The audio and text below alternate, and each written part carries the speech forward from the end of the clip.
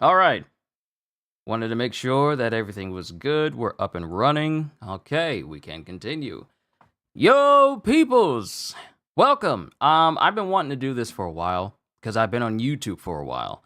Um, and I just wanted to take a look back at where I started as far as like everything that I've done on this channel, the different videos I've done in the past, like my early days making videos and early days making streams. I just want to take a nostalgia trip, as it were, and seeing where I've gone, how I started, and how things have progressed, how I've learned from previous things that I've done, how I've adapted to changes with, new software, new space and stuff, and revamping, and how my room have how basically everything changed during the course of my channel being active. I got chat right here so that way this video can just be up for all of you to see.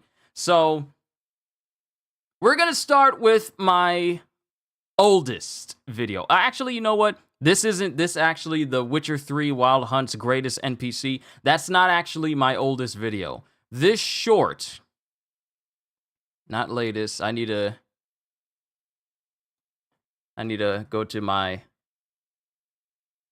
the Mountain Dew one. This is my Mountain Dew. So this alone proves that I've been on YouTube and doing YouTube for 10 years, because this is my very first video. This is the very first video that I ever made. Hold on, let me make sure that everything is loud. Yeah, this is my very first video that I ever made 10 years ago. This was during the ride when me and my dad were coming home from church. I remember being in the PT Cruiser with him. I had like a pair of Beats around my head, and I wore those things until like the leather started to come off of the headphones themselves. But my dad was talking to me, and this is pretty much what jump-started my YouTube career. This very video and the conversation that happened ahead of it. So my dad, we were talking while we were driving, while he was driving. And he was saying like, "Oh, you got a YouTube channel?" And I said, "No. Well, I have a YouTube account, but I've never uploaded anything." "Well, you might want to think about trying to do something for YouTube. I hear that a lot of people turn that into jobs, and that can make you like quite a bit of money if you were to do that sort of thing." So, this is my very first video that I ever did.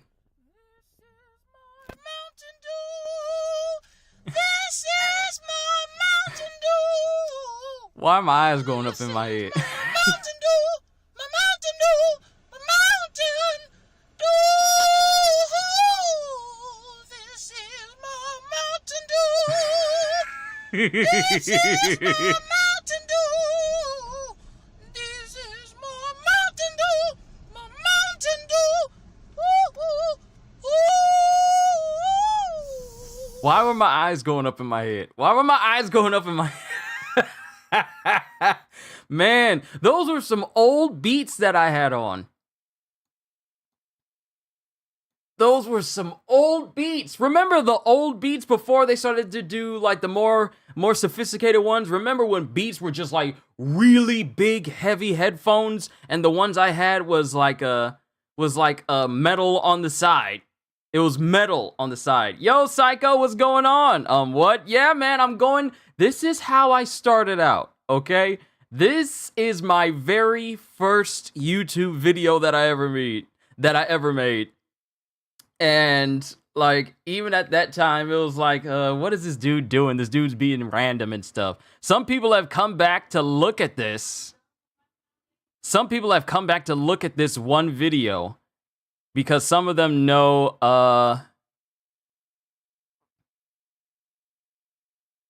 do you have a beautiful singing voice, but I kind of like it? Okay, that was from like 2 years ago, and some people were laughing at it. Some people went back to look at like my old video, but this is my very first video. I had no idea what I was doing. I had no idea what I wanted to do with my YouTube channel as a whole. So it was a bunch of, let me just upload some random stuff. I didn't have a real heading of what I wanted to do with my channel overall. So it was It was kind of like that. So if I just go back to my oldest, this was the very first video game. You know what? It's probably better if I just put it into a different tab. This was the very first video game video that I ever made. And this was when I was playing The Witcher 3 originally. When I played the Witcher 3 originally on the PlayStation 3. PlayStation 4. And this was very early on. And this is when a bug was going around for the game that made it so that NPCs, when they were picking up stuff, they were constantly pushing off of some invisible force. And this was really only when they were picking up boxes, but I just found it strange. And I was also into watching a lot of Monty Python at the same time, so I called it The Ministry of Silly Walks Lives On in the description. But this was me just looking at the randomness of these NPCs that walked very weirdly in this. And it was just 2 minutes. I thought something fell between my my mic and the shield here. But this was like this is my oldest video game video. I didn't talk. I wasn't talking or anything. I didn't start talking in my videos until I actually started doing video game streams with like the Lego games. But this is just 2 minutes of me just watching this guy walk back and forth. This is before the 60 FPS update, before next-gen upgrades were even a thing. This was way back when. And I kept watching this dude until it started to get dark outside. Yeah, I started watching this dude until it started to get stormy and dark outside, and I just kept looking at it. And I thought to myself, this could be something that people would love to watch. Oh, that's weird. 2 whole minutes of me just watching another person just walk back and forth. So that was my first video game video. My first live stream, my very first live stream was 8 years ago playing One Piece Pirate Warriors 3. Man, One Piece has been... Okay, so this is 8 years ago. Let me go to my videos. Oldest video. Before I even started doing One Piece reactions at all, it was just nothing but like, look at this list. It was nothing but One Piece Pirate Warriors videos. And that actually got me a little bit of attention because some people from other YouTube channels are like, hey, that's a guy that plays One Piece videos. So that kind of got my name a little bit out there because I was just doing so much of it. That and coupled with me doing live streams of it later on. But the very first big series I was covering on my channel, I didn't cover the story mode, but the very first big series I was covering on my channel was One Piece Pirate Warriors 3.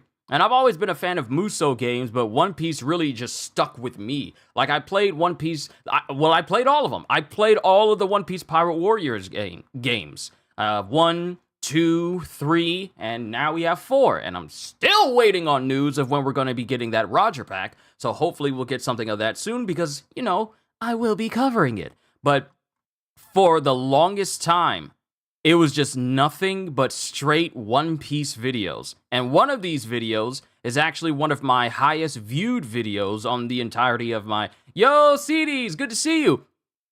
One of these One Piece videos, which is the One Piece Pirate Warriors 3 Dreamlaw Grand Line Pirates, is actually one of my highest viewed videos on my channel overall. Simply because during the time of when I put this video up, people were still trying to figure out how do I unlock Blackbeard with both of his Devil Fruit powers. And this is the video where I unlock him. And I explained it to people, and even years after that, when I initially uploaded it, people were still asking, how do you unlock him? How do you unlock him? How do you unlock him?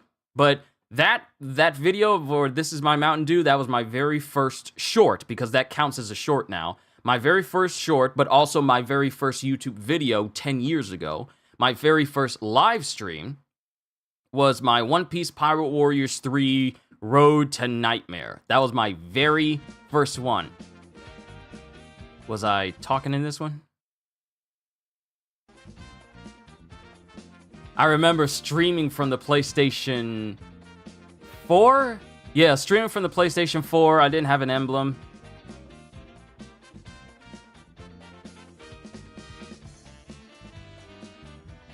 Hold on. Wait.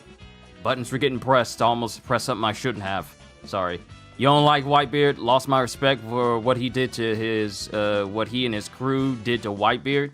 I mean, don't nobody like Blackbeard. Don't nobody like Blackbeard at all. But,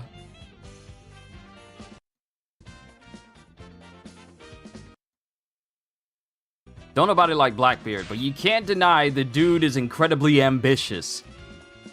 And I think this is also the first live stream I did was before I even started talking. Hey, you ready to come play another game? Okay, new kid, we have all new rules this time. Right, I remember. They put all that stuff. That was so dirty. That's what Blackbeard does. That's what he do. He's in the purest sense of the word, he's a pirate.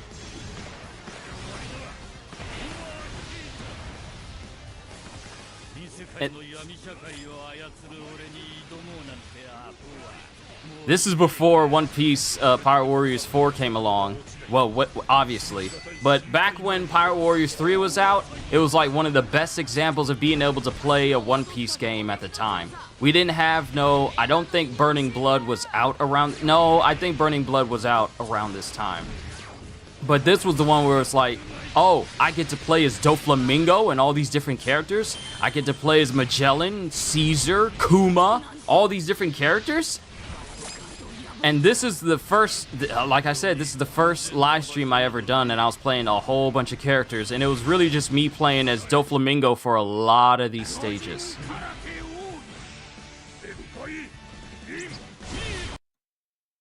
And this is me just playing like my favorite admiral to play in the game.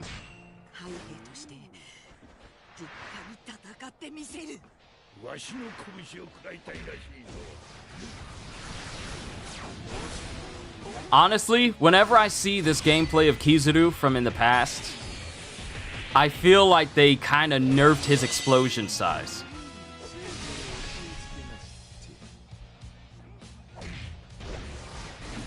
YouTube erased your comment.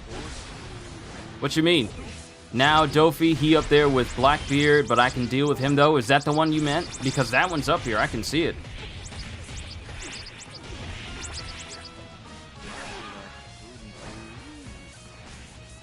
But playing as Kizaru in this game, I felt like... Wait, how's he getting hit? Isn't he...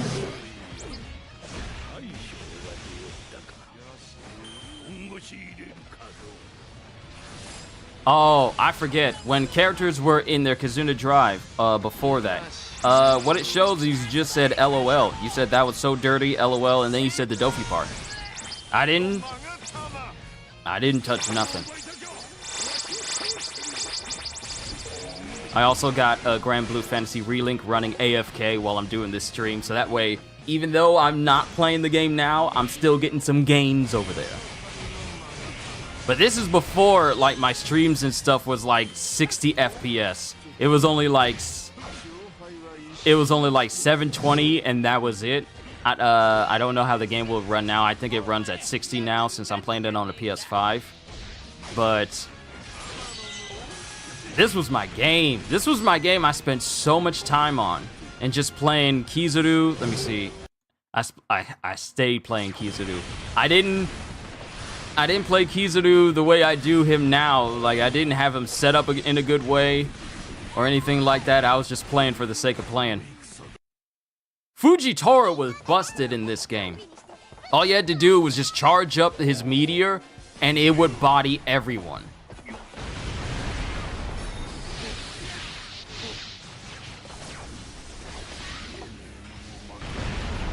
But they kind of nerfed him in Pirate Warriors 4. He was one of the best characters in the entire game in 3, but he got really reduced in the 4th game. But some of that is starting to be circumnavigated because they keep adding skill slots and also more busted skills that allows you to make characters that weren't as strong as they were before a lot stronger. Though, for some characters, it's not really that major. So this was basically my first video game stream, just playing Pirate Warriors 4. High school sucks. All right, we got the picture. And I just continued to make Pirate Warrior streams until I played Fallout 4, which was my first gaming live stream with actual commentary. And then I started messing with Fallout 4 for a little bit, destroying the Brotherhood. Then I went right back to Pirate Warriors 3 again. And then this was actually the first time I started playing Metal Gear Solid: The Phantom Pain. And for all of those years, I didn't touch it. I only did like 3 parts, well, 2.5 parts. And I didn't touch it at all. And it wasn't until like maybe last year or the year before last where I actually finished The Phantom Pain. And I got all these other streams, all these short streams, because sometimes I had to deal with like internet connections going out and completely knocking out some of my old streams. But yeah, let me see. This was my first stream with commentary. Just how bad was my audio back then? The greater your strength, the greater the impact. But remember, let me see if I could fast forward because I had to. Yeah, I had that mic. You could hear me clicking my mouse in the background because I didn't have like a sophisticated mic. I just had the basic mic that came with the PS4, the plastic one that goes over your head, and it didn't have. It just like you just pulled it up and pull it down to the side. It wasn't anything overly sophisticated, so.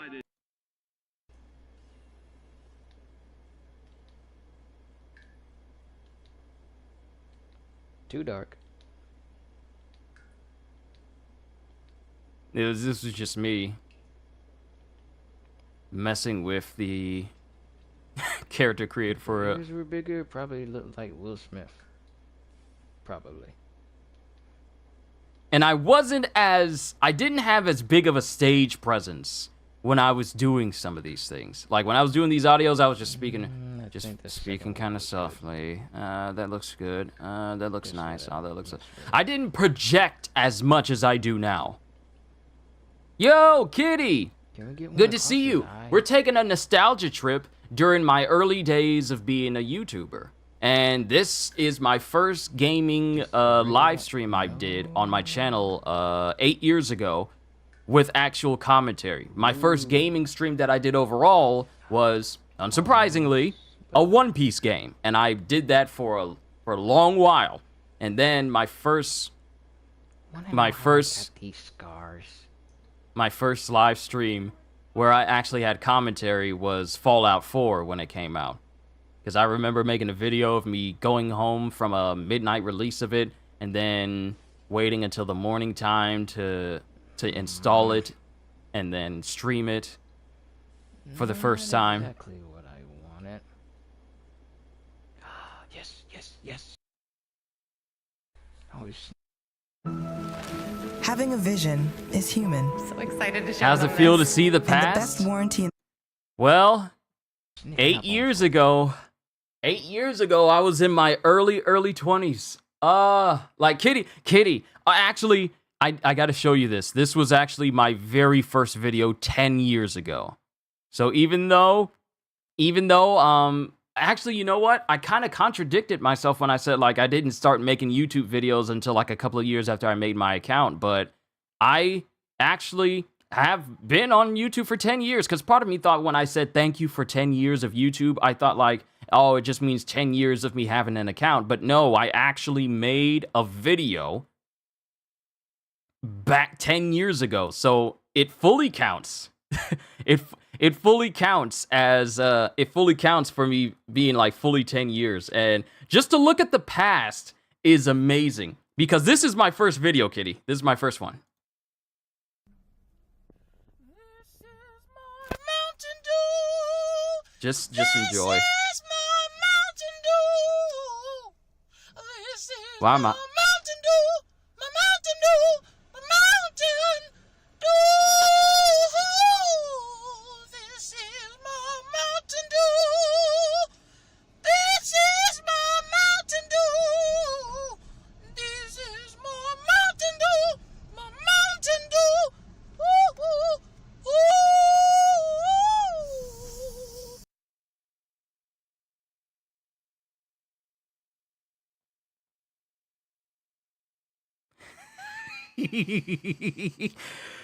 Yeah, that was my. Yeah, that was my very first video. Soak it all in. This is the guy. This is the man that you watch on a pretty regular basis. This is how he started out. This is the insanity I'm This is me. This is me. This is how I started out. Ain't it something? Oh, my goodness. That's how I started out. That was my very first video. Ah, man. Cause this is this very saying. The funny thing.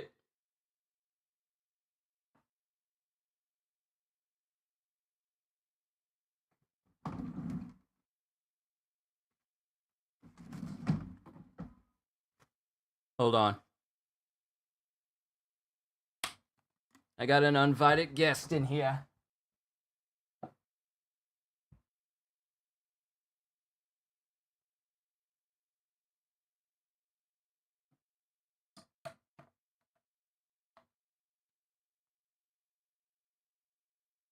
Okay.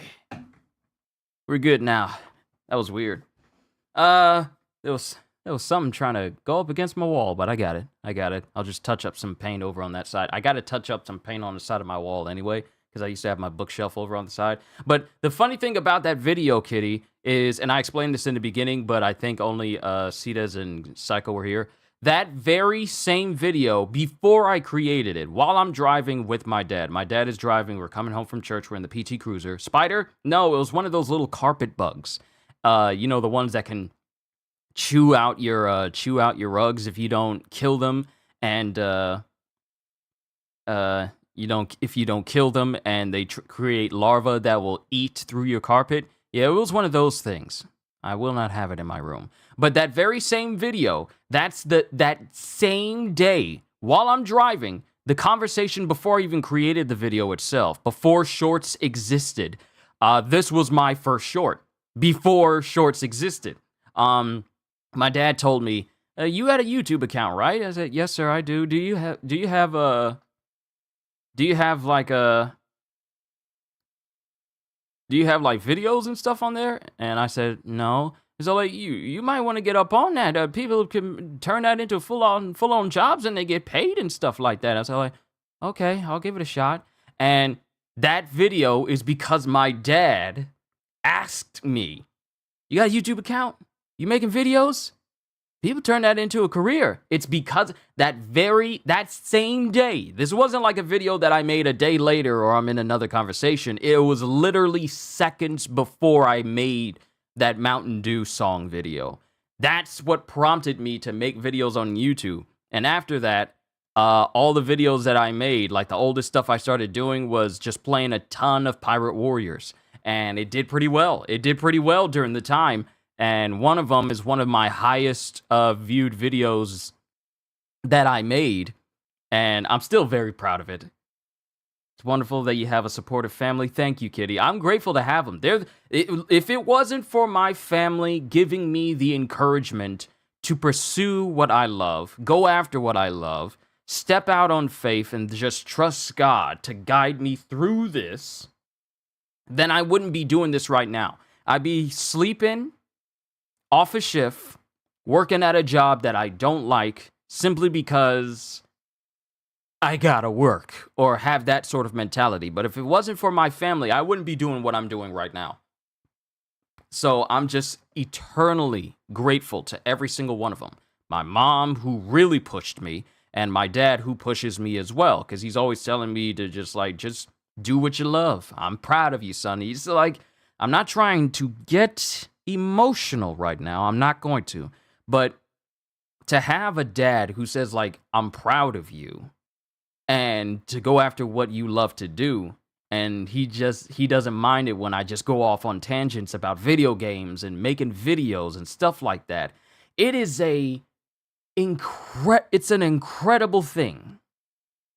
It's an incredible thing to have family members who look at what you do. And a lot of people seem to think that being a YouTuber or doing this is not a real job. A lot of people seem to think that the only jobs that count as real jobs are office jobs or jobs where you're doing a ton of manual labor. Those are real jobs. Being an entertainer, or just making videos or doing live streams and all that sort of thing, some people look at it as like that's not a real job. Are you able to support yourself or whatever? And it's like, that's not a real job and stuff like that. But I'm like, I get paid to do this. If you are getting paid to do something on a regular basis, that's a job. So I take great pride in what I do. I really do. It's such a joy to do all of this. It's such a joy to do all of this. This is where I am happy to put so much of my energy into. So going back to the nostalgia trip, I did a ton of One Piece Pirate Warriors 3 videos. And it started to branch off a little further in because I started doing like minor videos like a Deathclaw encounter. I don't know if I had the mic on when I made this video. I might not have had it in there. Hate those people. They judge the people in things that are not cookie cutter standard. Yeah. So I remember this encounter. I still remember this encounter. There was a robot that was demolished here, one of those killer robots. And then further up were 2 Deathclaws. There's one there, and there's one walking off by itself. And Deathclaws are no joke in Fallout. Especially if you're playing on harder difficulties, those jokers will tear you apart. Especially like legendary Deathclaws. Dog meat is not helping my situation because I'm trying not to draw its attention.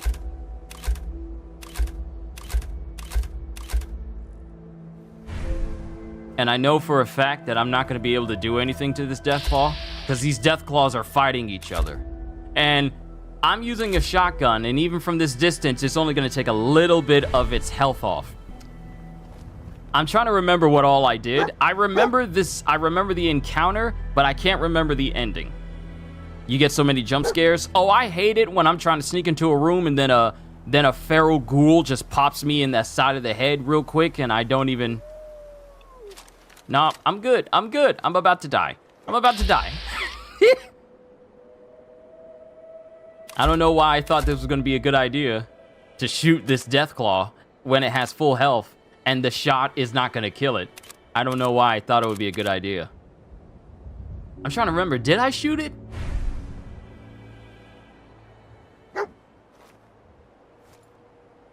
Like, I'm weighing my life decisions by aiming at this thing.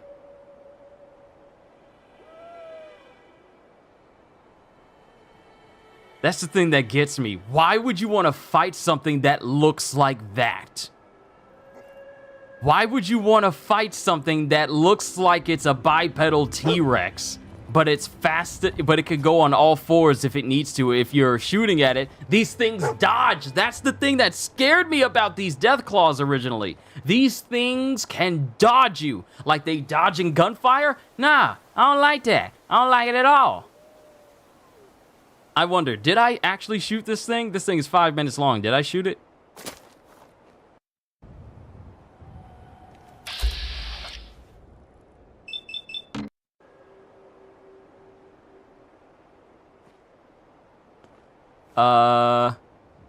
No, dog meat. It was because of dog. It was because of dog meat that I got into that fight. I got into that fight because of dog meat. He saw the death claw, he got angry, and then rushed it. And I'm like, I can't let this thing kill my dog.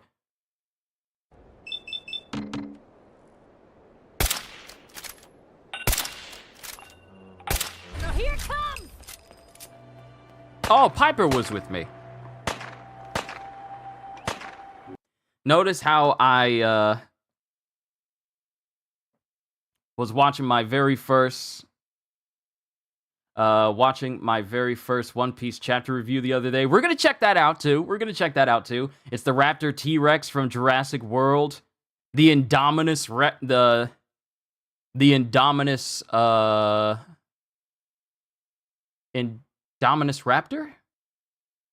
I think it's called. I forgot. But notice how I aimed using Ginger. Good to see you, Kyushu the goat. You're too kind. Notice how I aimed using VATS. I aimed 3 times at that Deathclaw, and none of them hit. Like, I aim at it using VATS.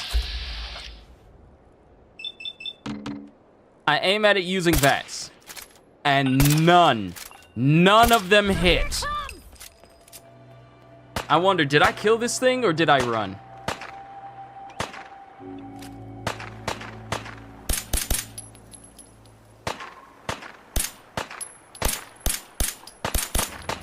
See?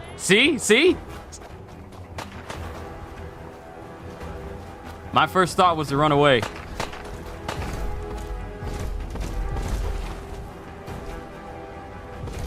And when I failed that jump...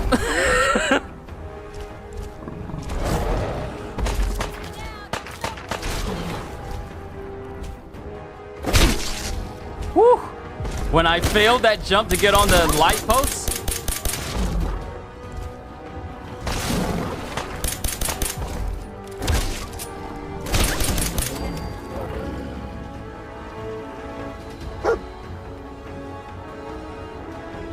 When I failed that jump, I was filled with so much terror.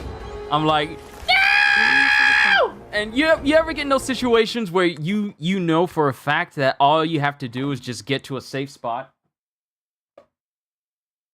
All you have to do is just get to a safe spot, and then you'll be fine.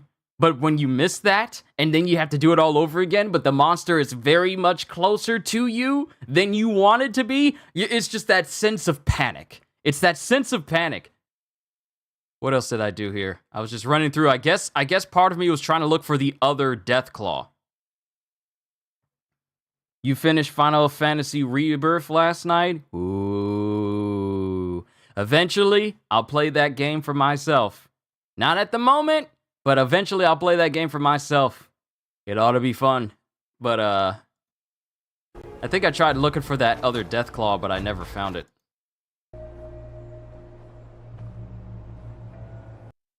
Yeah, I was trying to find the other Deathclaw. I don't know why I was trying to find the other Deathclaw, because if I remember correctly, that thing took a chunk out of me.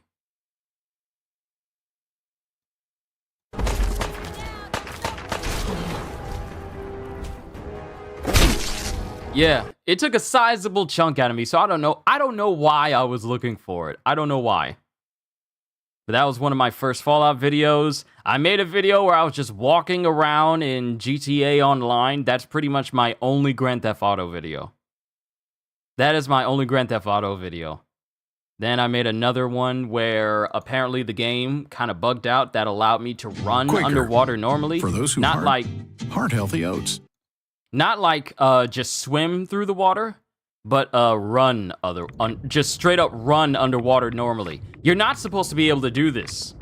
This is before they added mods to console play and whatnot. But I'm under the water, and I can jump through it, and the gravity is... Well, actually, the game is just bugging out on me at this point. I'm not technically supposed to be able to jump underwater, but somehow I encountered a bug during my time, and I was just... And it continued when I got... I forgot about this. It continued when I got out of the water, and then it stopped as soon as I jumped. So, yeah, that was a bit of a weird bug. for me. Let me see what else. Oh, here's another one. Rad Scorpions. Rad Scorpions are dangerous in this game. Still wondering why Bethesda's taken so long to release the next-gen update for Fallout 4, because I would love to play this game, you know, with like, I would love to play this game. You see, Kitty? Even back then, I had some of the weirdest things happening to me when I was playing video games. If it's not me breaking the game in RoboCop, then it's me playing the game 8 years... What the... Okay, you see? Another bug. Deathclaw just gets launched in the air, and I think it died on impact. Yeah, it died on impact. It died on impact. I don't think I ever got the legendary item that was inside that, Matriarch Deathclaw. I don't think I ever got it. I think I was too busy trying to run away from these rad scorpions in the green zone. Which reminds me, I completely forgot. Oh man, so many memories of what I did playing Fallout 4 are flooding back to me now. I remember spending a lot of time playing Fallout 4 and then building my person up so they can be as radiation resistant as possible, just for me to go inside of like ground zero of where the nuclear bombs fell down, because it's just permanently irradiated. There's rad storms all the time. All the most dangerous creatures live there because they're fully irradiated. And I remember taking the time to just fully explore the place. There's lots of places there, lots of little locations. There was this one church that was buried in sand and debris. It was just like it was a big church. It was a high-roofed, tall church, but it was so buried in sand that the only way you could actually get into the deepest part of it was the roof.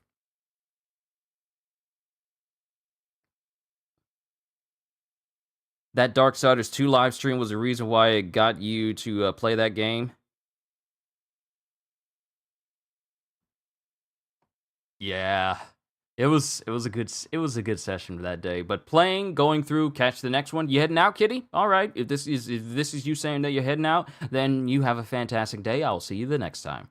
But going through this zone, there was this church, and it was buried in sand, and the only way in was the roof. Through the roof, buried in sand. Brandon, good to see you. We are looking back at my past of me looking of my oldest YouTube streams and videos and stuff that I've made in the past. We're just looking at some of my oldest stuff, like my very first video, which was a YouTube short before shorts were a thing, of me singing like, "This is my Mountain Dew," like Mr. Brown. And I told the story about that. If you want to hear that story, then you can just go to the beginning of the video. But we're just looking at some of my old videos and old streams. And I'm going to get to the part where I was doing like reactions for like One Piece and me doing like read-throughs of different series like My Hero Academia, Jujutsu Kaisen, One Punch Man, Dragon Ball Super, One Piece, all these different series.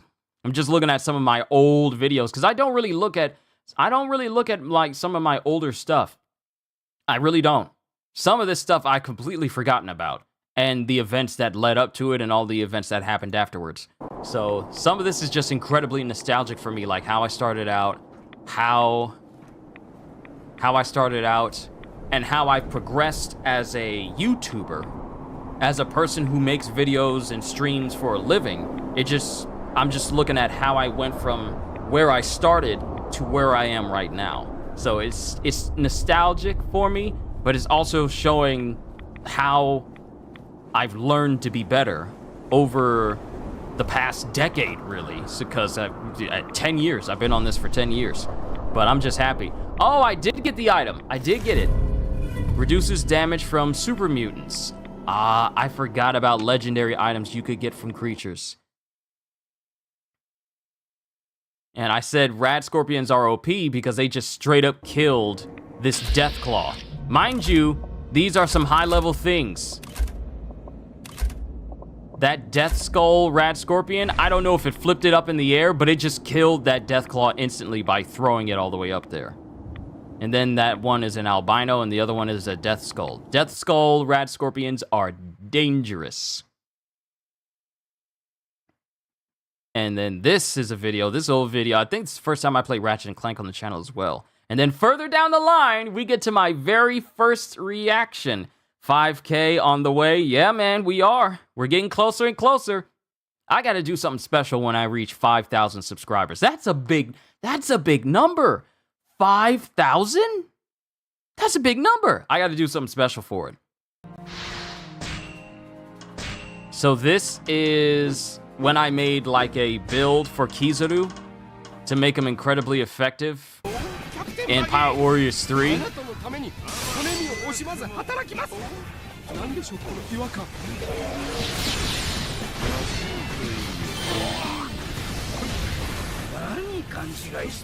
Love this game.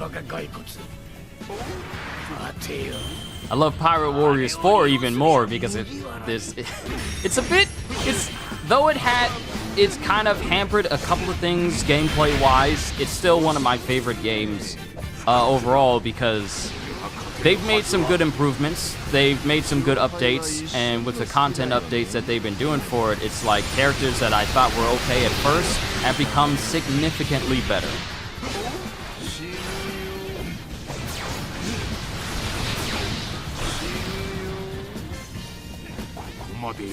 Though I do wish that they didn't remove the ability for you to just walk around casually. Because it'd be nice if I could just walk around as Kizaru in the middle of a fight. But it's no love lost. But this is a build I made. This was actually a build I made for Kizaru, specifically centered around him being able to stun lock enemies continuously. Just hit an enemy, flash them, hit an enemy, flash them until they were stunned, and then he'd take advantage of them being stunned and do more damage to them. This is basically his blinding light build that I made for him. Let me see if I can find like a boss. Ah, here we go.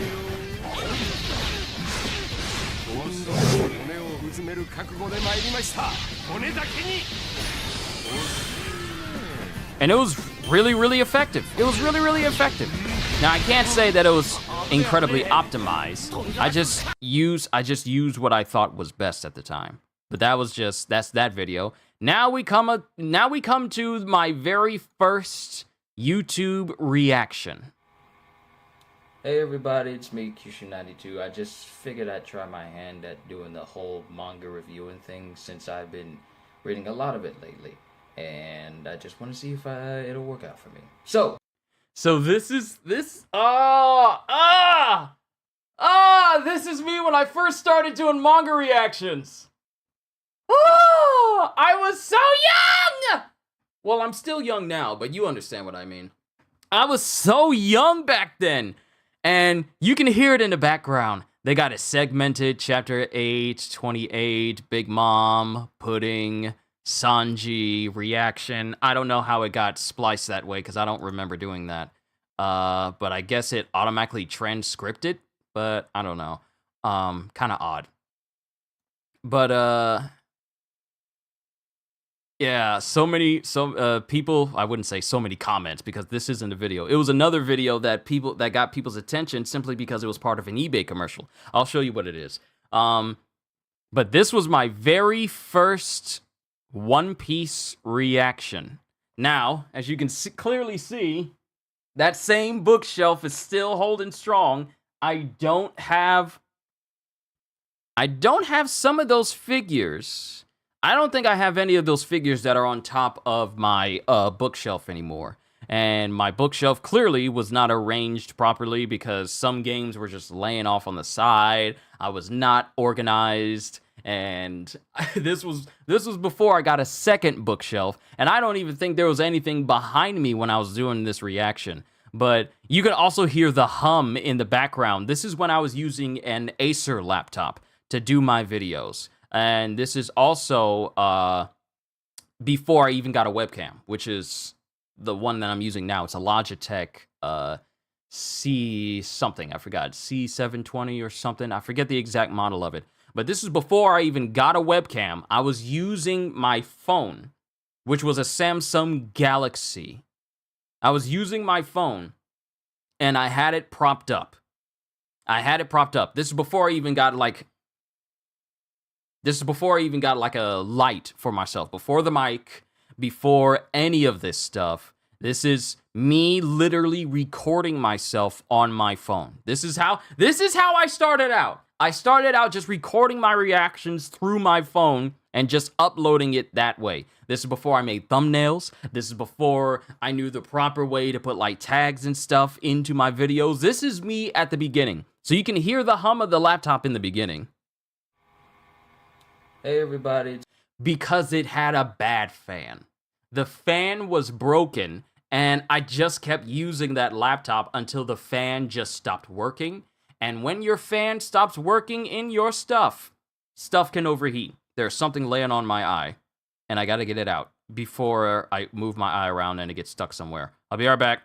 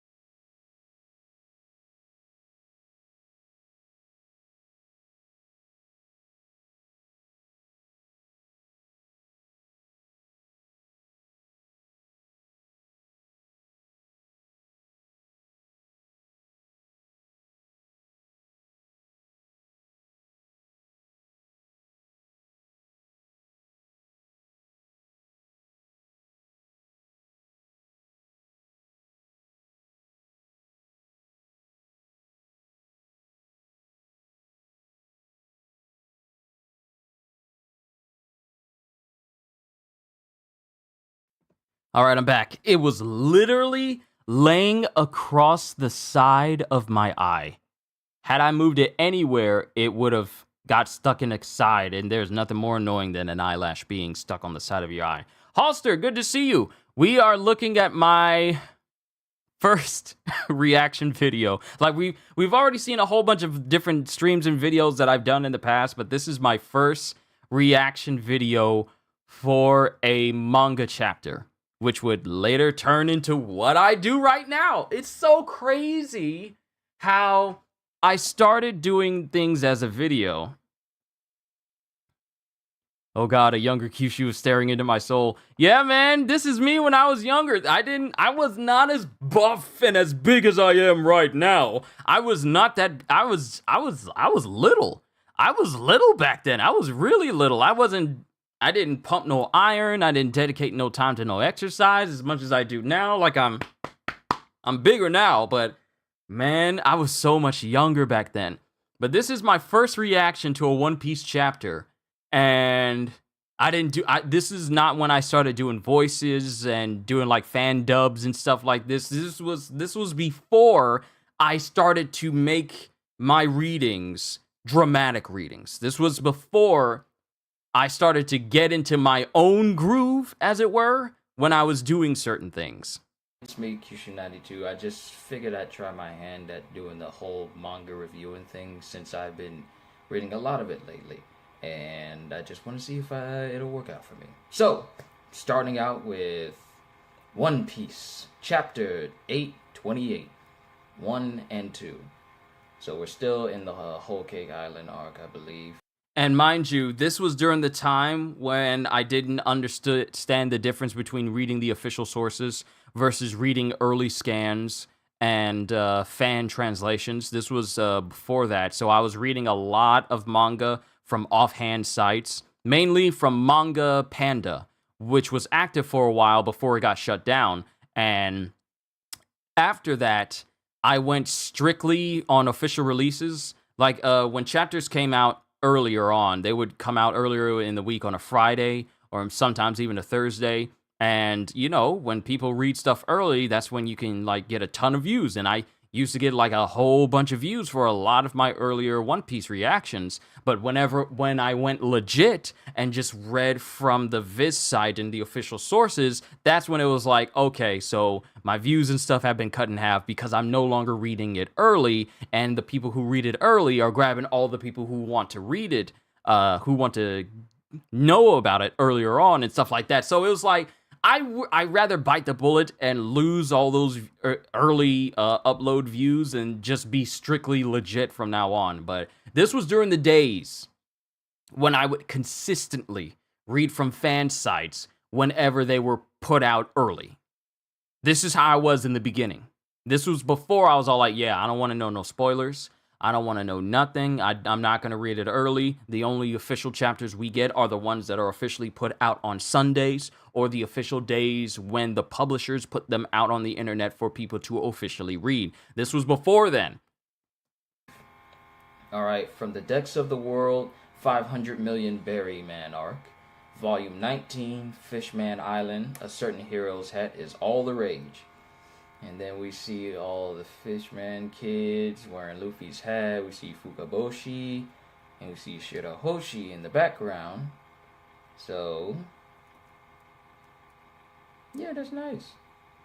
I forgot who that that's nice. future shark lady is. That lady that can see into the future. I forgot what her name was, but apparently Luffy's not going to be the one to destroy Fishman Island. Or at least it would appear. Alright.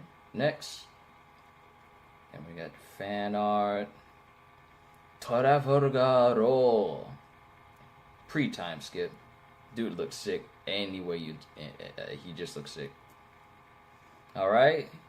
My way of speaking. People loves pirating. Apparently, One Piece encourages people to be pirates even in real life, and that includes poaching pages before they're officially translated. You know, the versions that are going to be in the actual books. People like to do stuff early because you know how much of an advantage you'll have over people if you make a video early before anyone else. You get all the views early. You get everyone else early on. But, you know, I'm happy to do it the way I do now officially without that sort of thing, you know, keeping me up at night. Not that anything does, but you understand my meaning. Also, Sushi! It's good to see you. We're just looking at a couple of old videos I made many decades ago. Can't say decades, because I wasn't as active I wasn't active during that time. But you understand what I mean. We're just looking at some of my oldest stuff, including my very first One Piece reaction. Oh, Afro Luffy! We have not seen Afro Luffy in a long time. Afro Luffy with the meats, the crown, the championship belt, and his jelly. Oh, Afro Luffy time skip. Oh, I'm just now noticing that. Nice. Moving on. Kako Island Chocolate Town. The crew stunned by the unbelievable truth. What? So not only are you the daughter of Big Mom, but you're the one who's going to marry Sanji. You're that pudding? Some guys have all the luck. She'll make a breathtaking wife. And Brook is just... Oh! You guys, you're Sanji's cruise mates? No way. But, now that you mention it, I've seen your face before. You're Straw Hat Luffy. Your crew isn't subordinate to Big Mom's, is it? How did you make it past the tart inspection? And why are you even here? They'll kill you if they find you. You're inside Mama's territory now, and Mama is as scary as they come.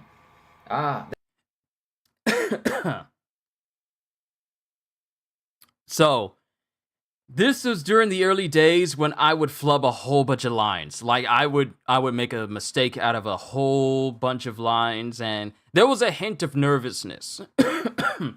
I swallowed wrong. I'm good, though. This was during the time when I didn't take my time reading out certain words, and I was either lax during that time, or I wasn't really paying attention, or I was just lazy. Let's just call it what it was. But this was during a period of time when I was doing early reactions for One Piece and whatnot, and my speech wasn't as pronounced as it is right now. It really is something, though. It is really something. Seeing how I spoke when I was younger, those 8 years ago. No, those 7 years ago, actually. Those 7 years ago. And then hearing how I sound now. Like, I project more. I'm a lot louder now. And it's not just because I got, like, a good mic or anything. It's just that I'm a lot more animated compared to how I was earlier on. So just seeing how I was a lot can happen in 7 years. In 7 years. I know I was about to say that. But a lot can happen in 7 years. It's amazing. That's right, you are all scary pirates. Why is she holding up a knife to him? She's got the swirly... That's seriously scared in anime terms. She's got the swirly eyes, and what is she doing? Hold it, calm down. We have no intention of being violent.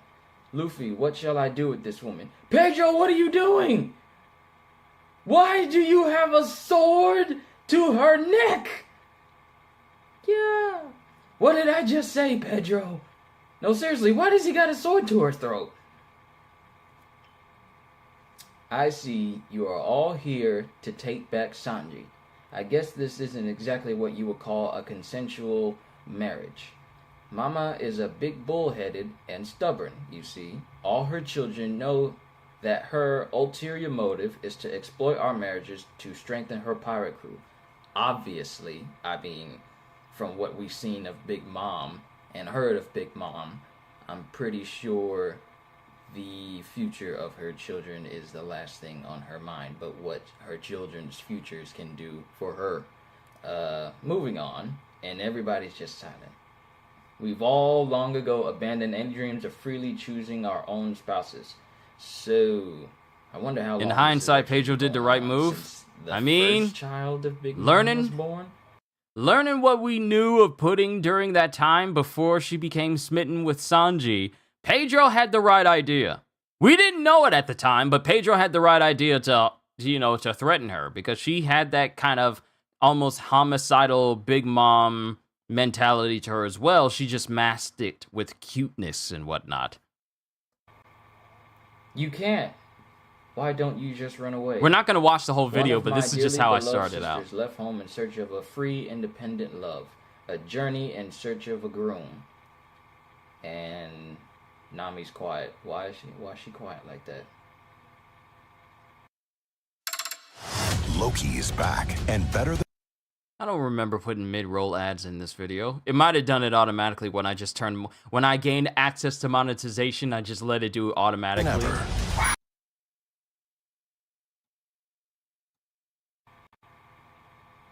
Why is she sweating? Why is she sweating? Speaking of which, I've been wondering about this for a while. We were told that you were the 35th daughter of the Charlotte family. Does Big Mom really have 35 daughters? Actually, she has 39 daughters and 46 sons?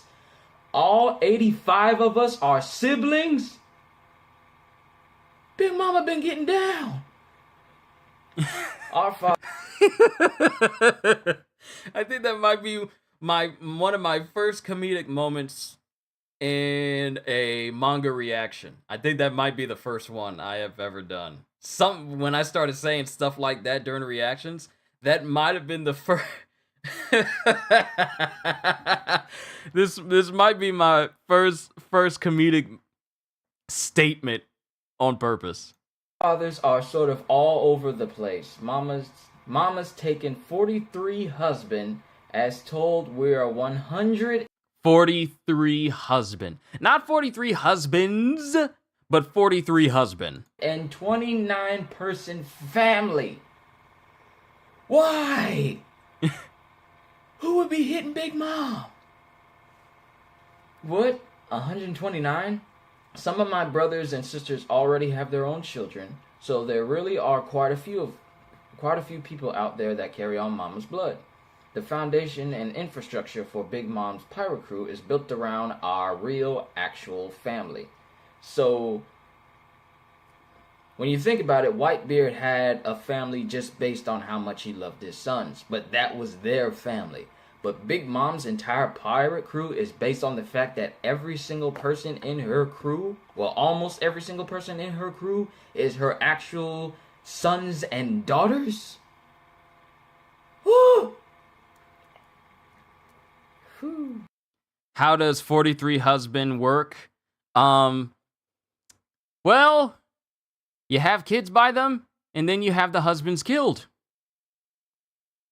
Note that Big Mom noted that she never said that the husbands were still alive. And Luffy just drank some tea there. My word, truly a Big Mom. Yeah, seriously. By the way, have you met Sanji yet? And Chopper's eating the table. Yes. Have you met Sanji yet? Yes, just once. His eyebrows were a bit too curly, but he was so kind. Such a gentleman. Kaltar! His eye Good to see you. Hope you're well. I'm doing well. I hope you're doing well. We're just taking a little bit of a nostalgia trip from like some of my older videos that I've done many, many years ago, like 8 to 10 years ago, like where I started as a YouTuber and how I progressed to the person and individual that I am now, who's fully embracing it all. And I've been all the happier for it ever since I have. So it's just, I'm just looking at how I started and then thinking about everything that's happened in between to lead to the point where I said, goodbye, Harris Teeter. Hello, YouTube full time. So it's like, we're just taking that bit of a trip. It's been amazing.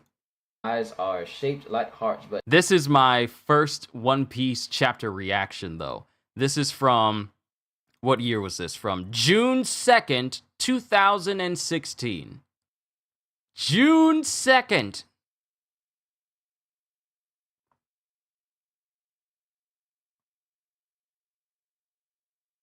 Now that I'm thinking about it, I don't think I want to ship Sanji and Pudding anymore, but that's a whole can of worms and tangent I don't want to go down. Understandable. Now, like I said, I'm not going to be doing a full reaction, just reaction to the whole video because it's like 21 minutes and I just want to see some other things. I remember changing the position of my camera consistently, like let me have it from this side where it shows that side of my room. So I had like many instances where I was doing plenty of reactions and stuff. This is before I put grown a lot. Proud of me. Well, thank you, Kaltar. It's been a joy. It's been an absolute joy. But I was making other videos, and this is before I started doing like this was before I started. Actually, I'm trying to wonder, where's my Marvel Ultimate Alliance 2 anti-registration playthrough part 1? Where is that? Because I got a part 2, but I don't see the part 1.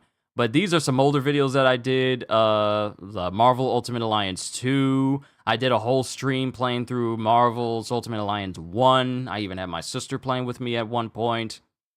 I'm trying to go down the list here. Carnage. More reactions. Yeah, more reactions. More Marvel Ultimate Alliance 2. This was funny to me. Me playing Resident Evil 4 HD when I hit 500 subscribers 7 years ago, which was amazing to me at the time. Okay, I'm totally terrified right now, but I think I've still got a chance to stop you, Vault Hunter. You may be a walking apocalypse, but I've got my brains, and my guns, and this ship!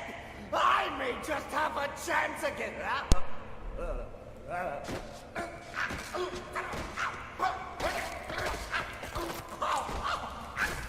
Victory, Vault Hunter! Now go collect the fruits of your labors from the terminus!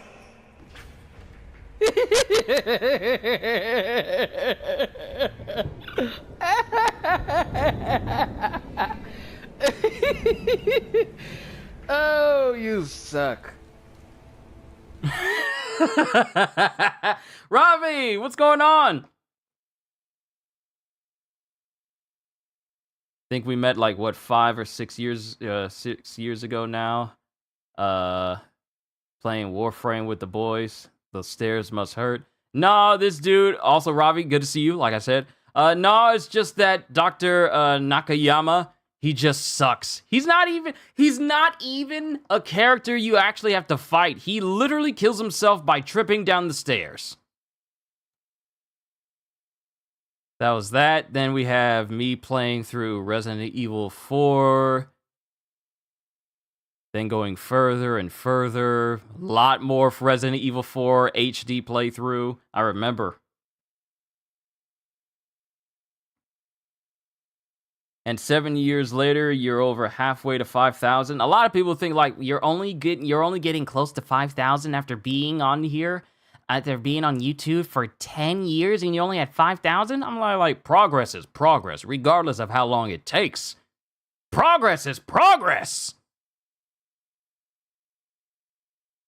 But, yeah, playing Resident Evil HD. And this is actually when I started to do thumbnails. I think this is the first instance where I started to do thumbnails for the games I was playing. Hold on, let me go over to the live and switch over to the oldest.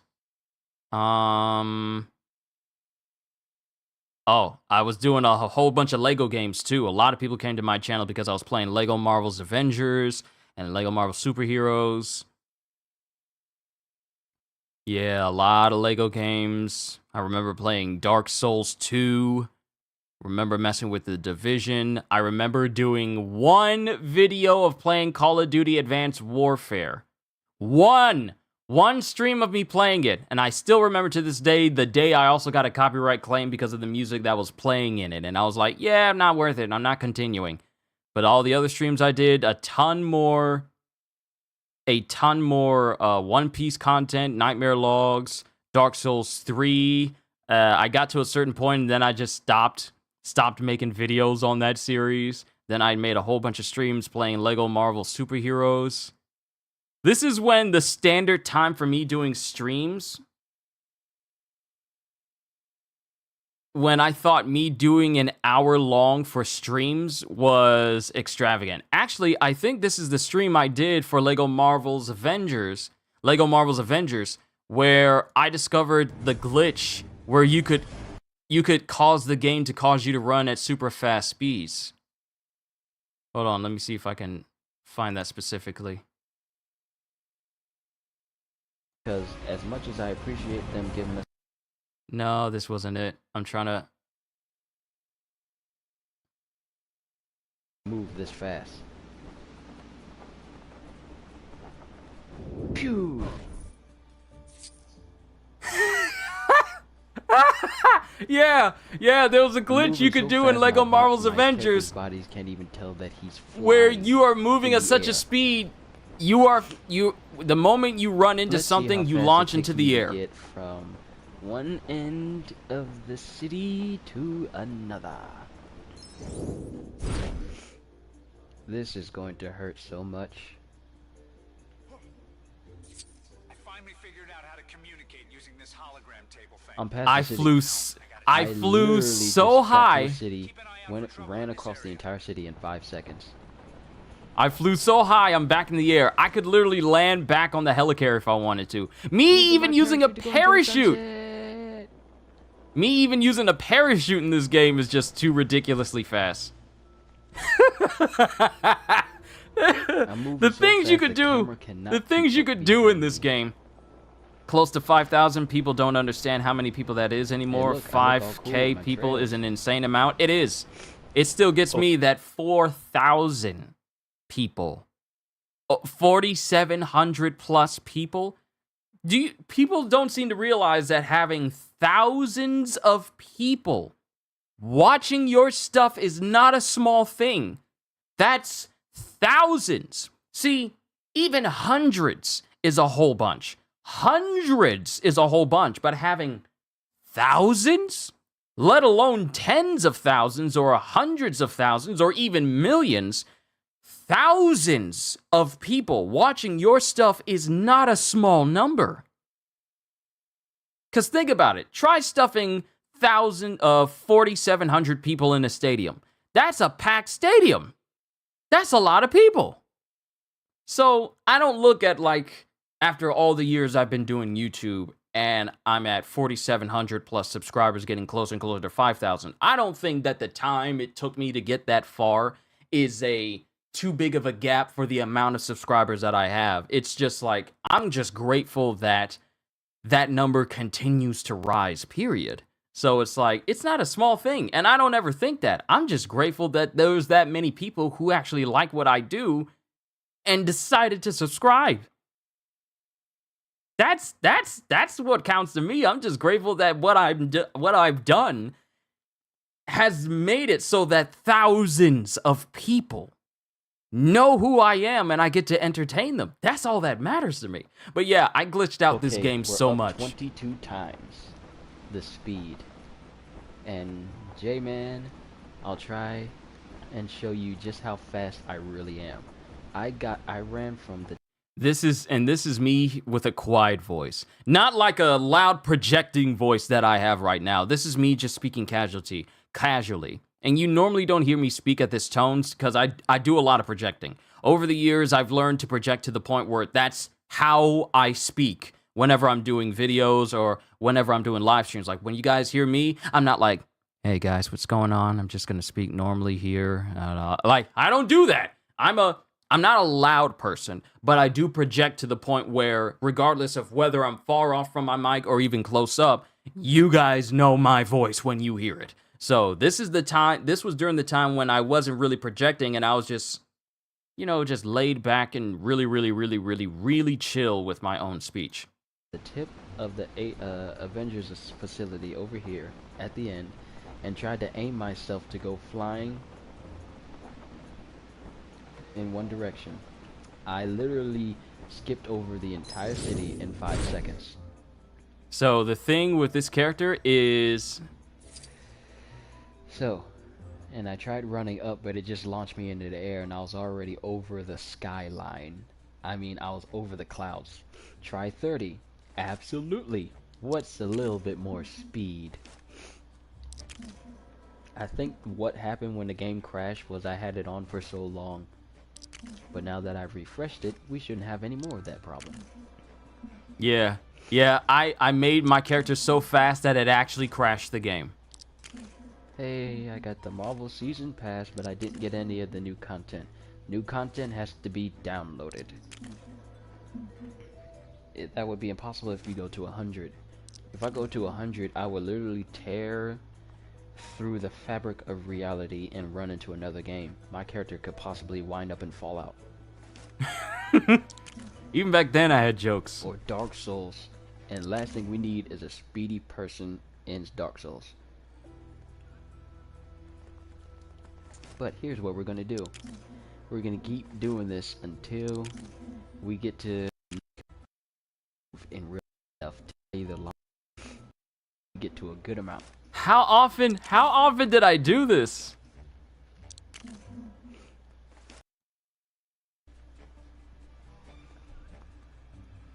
Did I step away? I might have stepped away.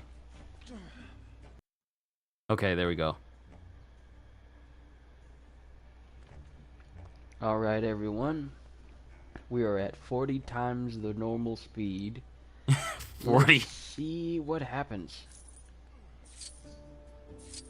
Wow, I don't even see him move, he just stops whenever I let go. I got this dude, so the dude is okay, so at 40 times speed, your character, specifically your created character, is so fast that he is just at the location. He's just at the location. You don't even see him fully running. You don't even see the you just see the catch up when he stops moving. Hey, wanna check out some retro shield technology? I can't even tell him that he's moving anymore. I can't tell. Okay, you count 42 switches, so we're at 42 times the normal speed. Now, everyone, I'm letting you know, I cannot... Whoa, did you see that?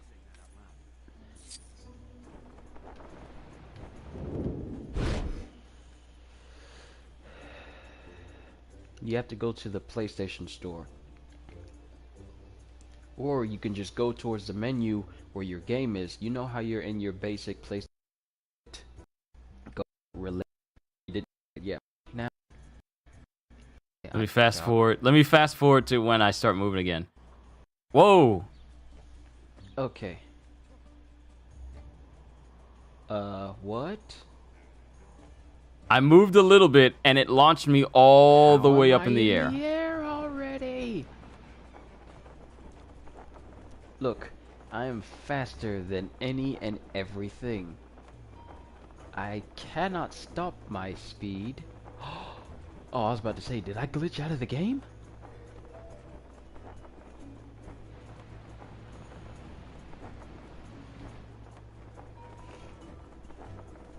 That's how busted you can make a character in Lego Marvel's Avengers.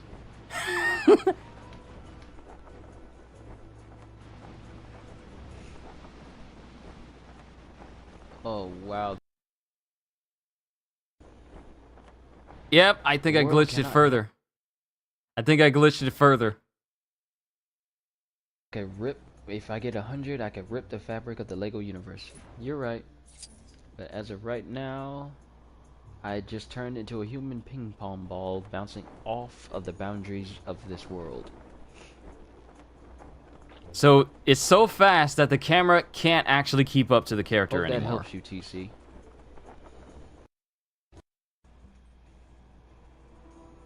Look, I don't even know where I am.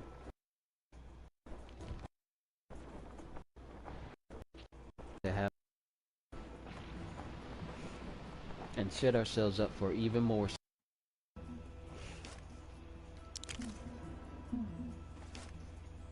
Wow. Wow, I kept doing it. Wow, I kept doing it. Wow! Go. 2, 1, 3. Ready, because I don't want to cut it down to 3 seconds. Everybody ready? How many times did I do this? The moment we've all been waiting for. And I'm just going to cut it down to 3 seconds. Everybody ready? And I will wait until everyone is ready because I don't want anybody Yeah, I to forgot miss to anything. ask.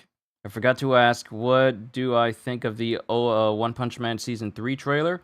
I can't wait to see it. I have a feeling that it's going to be far better animated than Season 2. I know people brought up Season 2's animations quality being less than that of Season 1's, but I feel like Season 3 is going to be like a return to form. Not by the same studio, but a return to form for high levels of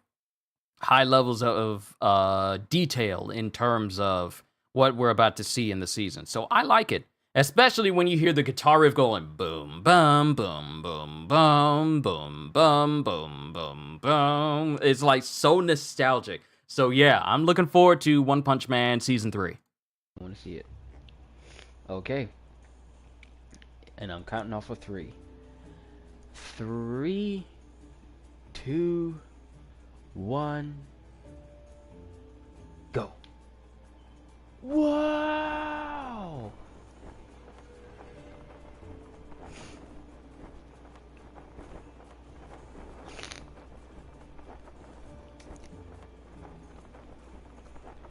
Whoa! How many times have I circled around this entire place and I have yet to reach the skyline? Yeah, I can. Yeah. You guys get the picture. I broke the game. Then I was playing Lego Jurassic World. Then I was playing Lego Star Wars: The Force Awakens, which was an odd thing because years after I had played the game, I was getting copyright claims for it, which was weird.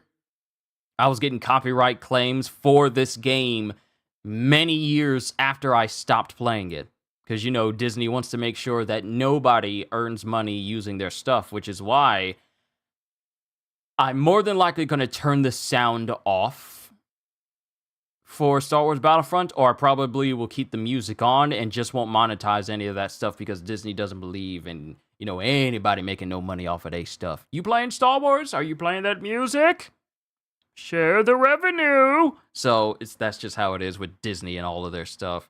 But I'm playing Lego Star Wars: The Force Awakens. I remember getting to the end and thinking that my game crashed and I lost all of my data when I was on the precipice. Yes, I said precipice. On the precipice of 100%ing the game and getting the trophy, my game crashed and I lost data and it got corrupted.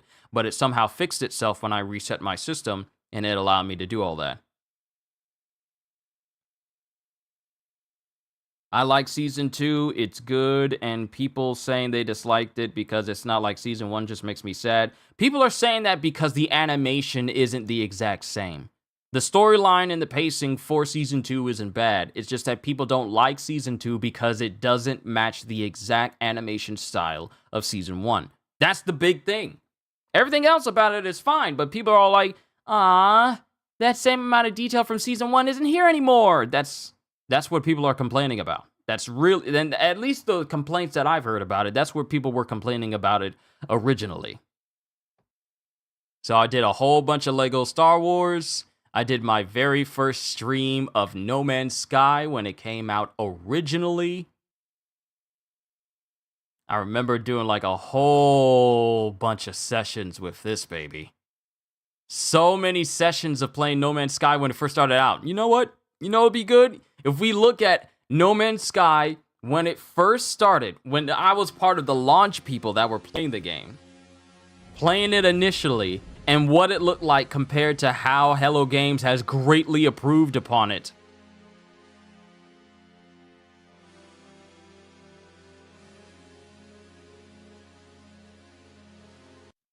How Hello Games has greatly improved upon everything No Man's Sky related. There are many more bodies like this in different bodies throughout the world. Europe and Africa, Peru.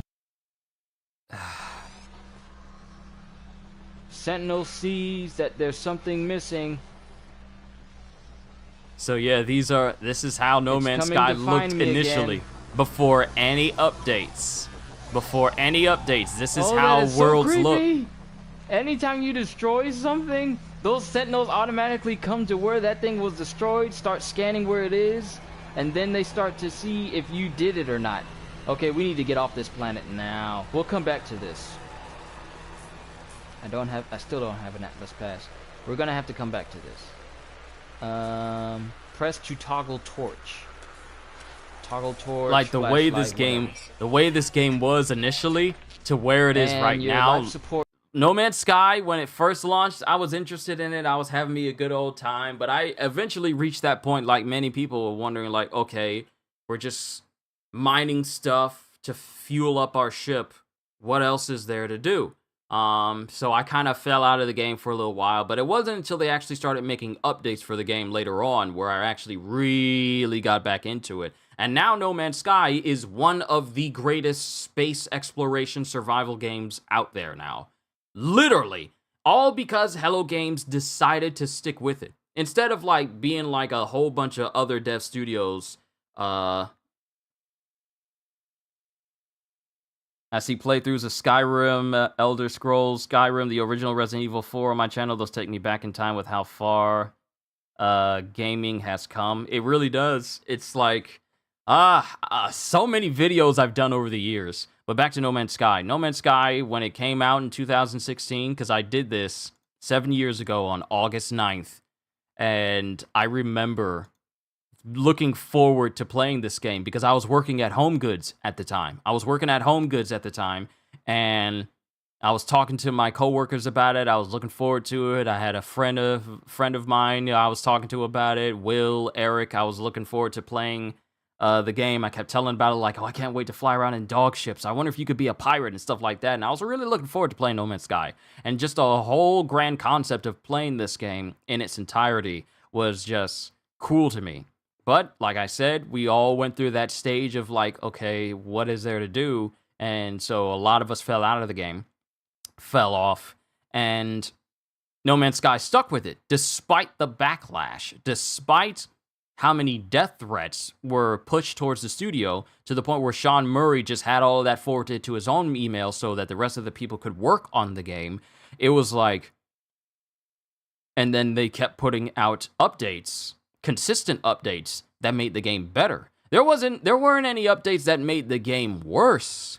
There were updates that just kept making the game better until we're at where we're at right now, where not only can you play this game in VR, which is a fantastic experience. You haven't lived until you played No Man's Sky in VR. Literally getting into your ship, using your triggers in order to, like start your ship, and then you're flying around, and you getting into dogfights in VR is fantastic for this game. It's absolutely, it's something you gotta experience. And there's so many more things you can do in No Man's Sky now, beyond just getting to the center of the universe. Now, you can truly be a pirate if you want to. Go after ships. You can even take down, now, one of the most recent updates, which is No Man's Sky Omega. You can now take pirate ships that you fight against and add them to be your own commanding command ship now. So when you see these big giant ships that are dark and red, you can add them to your fleet now. And there's just so many things that they're doing for No Man's Sky, while they're also preparing for their new open world multiplayer fantasy game, where it's like they're taking everything they've done for No Man's Sky, and instead of it being 8 quintillion planets, they're condensing it into one massive world. Just one massive world. And it's like, it has like, you know what? No. I think it's called Fire something. I think it's called Fire something. Hold on, let me look it up. We could take this moment to check it out. Let me see.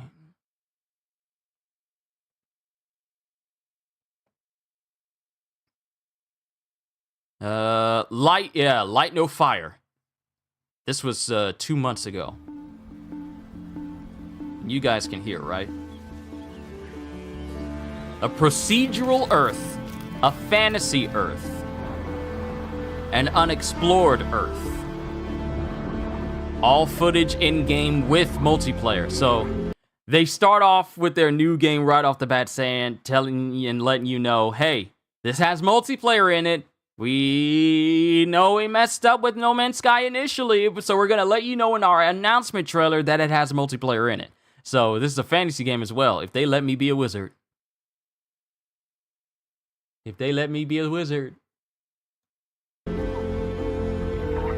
But that's already going to be covered by me playing Dragon's Dogma 2, which I've been hearing a lot of good previews about. I haven't looked into it too much because I want to experience as much of the game as blind as possible without knowing too much information. But Dragon's Dogma 2 is going to be so much fun.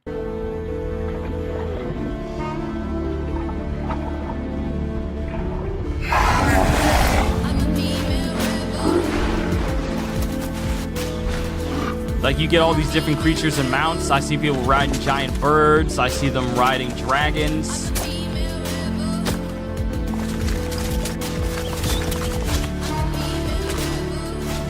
Like, who doesn't want their own hummingbird? If you could name your own dragon, I would love that. I would love some customization, such as being able to change its color and stuff.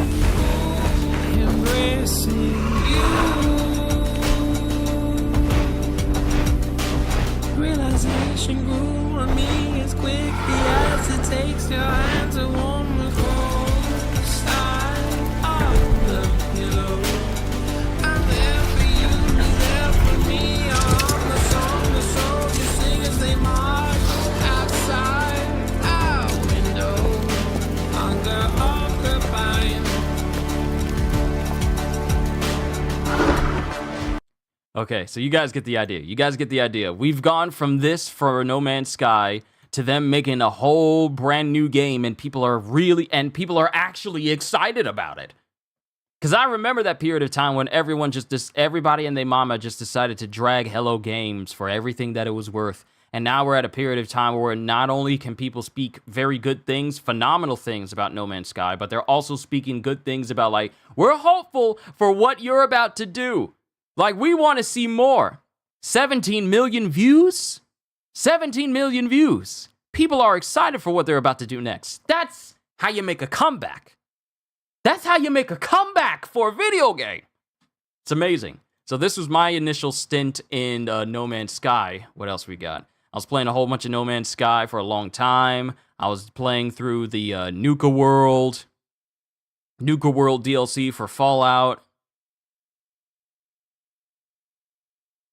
My streams for Marvel Ultimate Alliance 2. There's that part 1 I was looking for.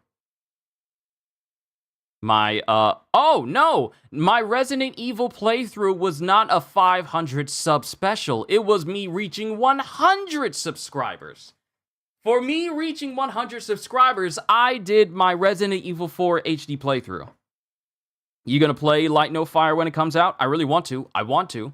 Because of as much fun as I had with No Man's Sky, them just deciding, you know what, we're gonna switch from sci-fi and try our hand at creating a fantasy game. with the same kind of formula, but instead of you going to different planets all over the place, you just got one big massive procedural world. I want to know more.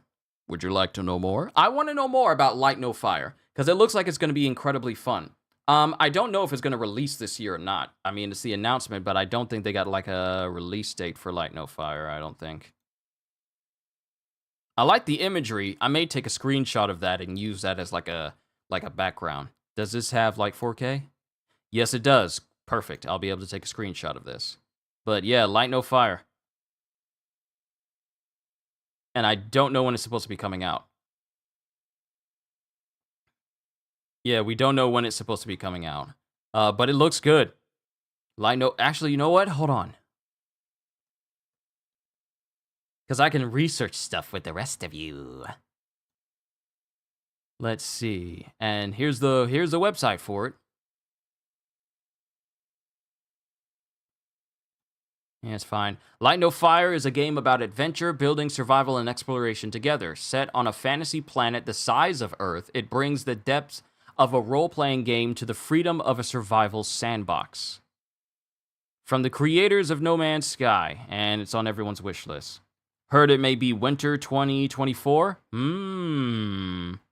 See, as far as games go, for all the things I'm going to be covering on the channel, the furthest thing down the line for me is Wukong, and that's in August. Anything past that, I ain't got a clue. But here's my different series of playing Dawn Guard. 5-year anniversary special. Yeah, me playing Dawn Guard. Me playing Dawn Guard was me celebrating 5 years on YouTube. Which shouldn't sound right considering that I've actually been on here. Oh, no. On the anniversary of the birth of Skyrim. Oh, this was 5 years that Skyrim was out. 5 years. Yeah, because Skyrim came out 5 years prior. No clue if that's right or not, though. Yeah, we'll keep an eye on it. It's on the list. It is on the list, Holster, so we'll keep an eye out. I'll bring it up every now and again whenever we find out something new. But yeah, this was not the 5-year anniversary of me being on YouTube, but 5-year anniversary of Skyrim being a thing. So this is when I did the playthrough for that. So many. That's a rumor, though, so take it with a grain of salt or just dismiss it outright because rumors nowadays are usually wrong. Yeah, that's the reason why I wait for official announcements. That's the reason why I don't get into leaks or finding out about leaks and stuff like that. I don't care about any of that. I will wait for the devs themselves to announce stuff because that's the surefire confirmation that I need. So people who go out of their way to leak as much stuff as possible because they think they're helping people be ready or they think that people deserve to know even though the devs aren't ready to know, I consider it a waste of time to even pay attention to them because I'd rather wait for when the information is ready first rather than people saying like, guess what we found out before the devs can. And now we got people out here saying like, yeah, this is the reason why we don't like to reveal stuff because people go out of their way to find out too much. But yeah, I did entire playthroughs where I was playing through the different factions in Skyrim. The Dark Brotherhood, Dragonborn, Thieves Guild, the Mage Guild when I was doing that. This is when I started to get closer and closer to making personalized thumbnails for my One Piece reactions. Playing 4th of July, having a 4th of July special playing Destiny 2. I haven't played that game in a minute. Is Destiny good now? Is it good now? Is it worth playing? I haven't heard anything about Destiny lately. What is going on with the game? I haven't heard anything. I know they're doing like the final shape for that game, but what has Destiny been doing lately? But yeah, this is me playing No Man's Sky Atlas Rising. That's when the game started to get really, really good. And I started playing a ton of that. And I did a whole playthrough with me, Brandon, and Chris playing through Destiny 2. We decided to do like a whole series on it together. Me playing Dragon's Dogma Dark Arisen. I don't know. I don't play Destiny. I don't really care about it. Yeah, it's like I have it. I have it. I remember when I bought it initially, but there really hasn't been any sort of pull for me to play Destiny at all. Like, that's the thing. That's the thing. A game really has to have a pull for me when I look at you and I feel a pull of like, you know what? I'm going to boot you up. And if I don't have you installed on my system, then I'm going to reinstall you and play you again.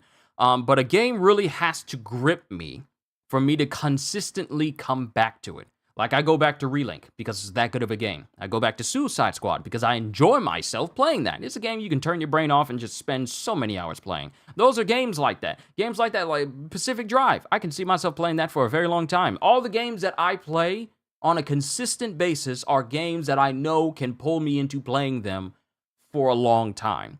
But Destiny is not a game where I have that pull. I can see events popping up about it, and I'm like, I don't really care.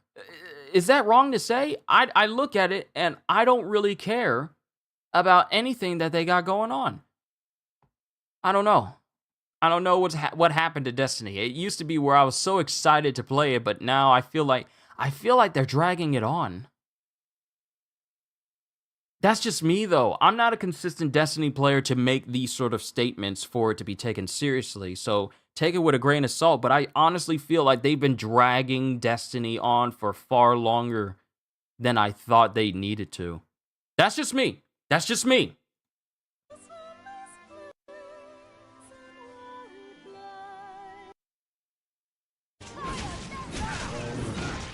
Yeah, this is me playing Dark Arisen for the first time.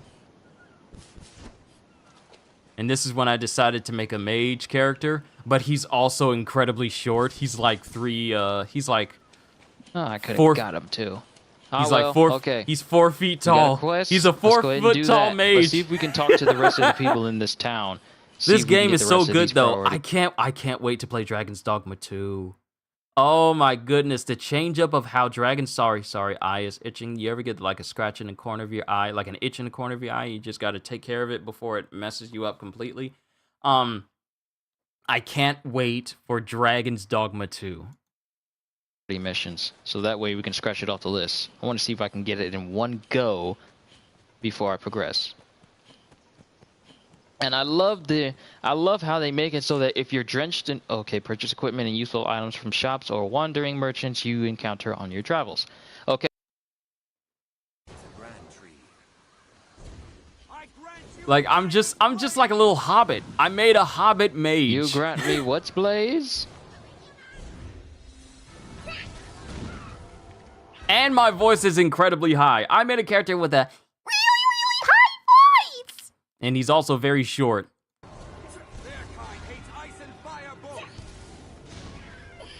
Woohoo!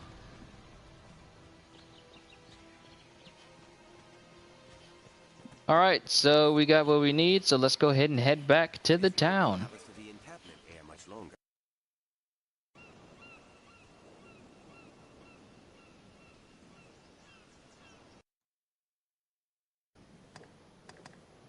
Powder that can use to catch a flame combined with other.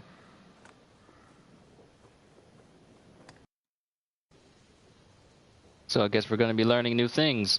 So, yep, that's definitely trouble.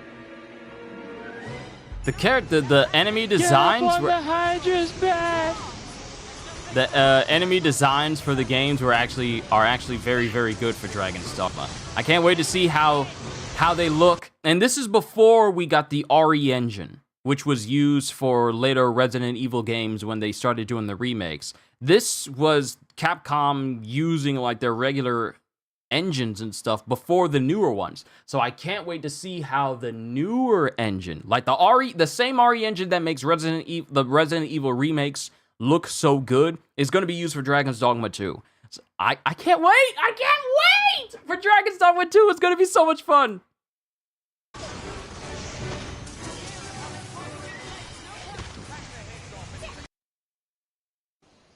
This is when I got a brand new mage coat.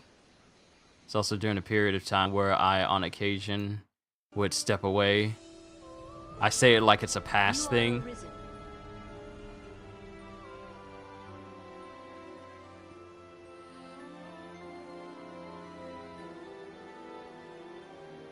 We stand now on Bitterblack Isle, far as sea from the cove we departed. I would ask Ah, Bitter Black Isle. I remember this place. This place is, crazy dangerous! You literally have the Grim Reaper just flowing through the halls, and that Joker can one-shot you if you are not So careful. most likely, if I tried to venture in this place, I would most undoubtedly die.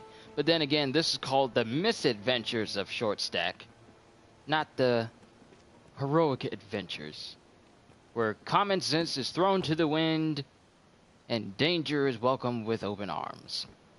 The Misadventures of Short Stack. I didn't even realize how similar it was to the Misadventures of Flapjack theme when I got into it. Let me see. Can I?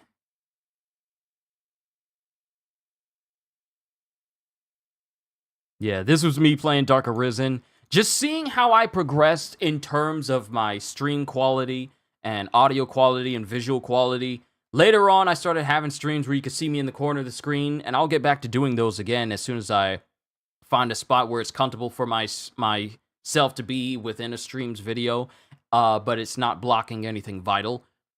But the time of me playing Kingdom Hearts, Middle-earth Shadow of War, Dragon's Dogma again,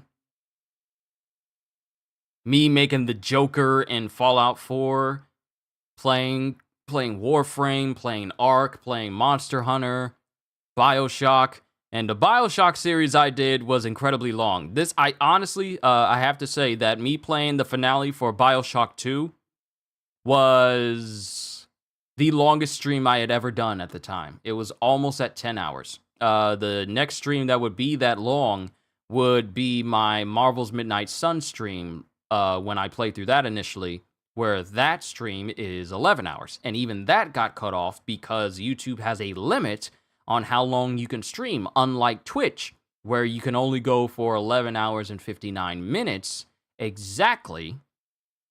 Otherwise, it'll cut off the rest of your stream. Did a whole bunch of Monster Hunter World, played the Attack on Titan game, still got Attack on Titan 2, played a lot of Sword Art Online, Fatal Bullet. A lot of people liked my series for me playing through Fatal Bullet.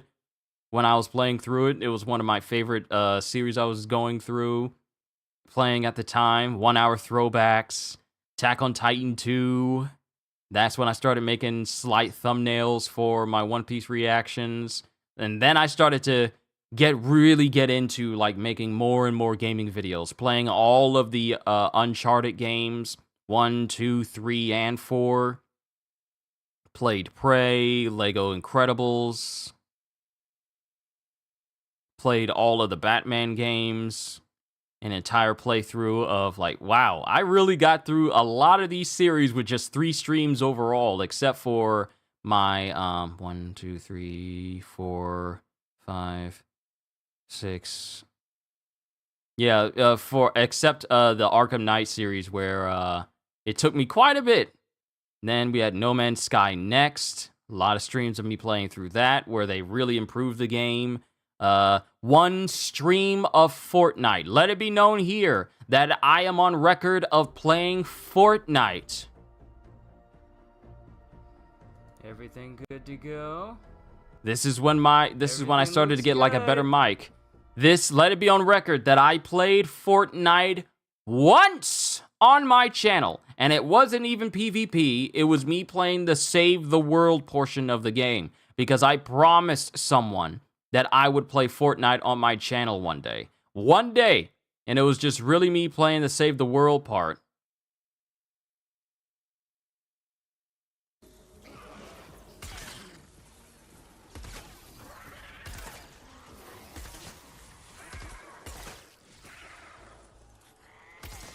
Too close.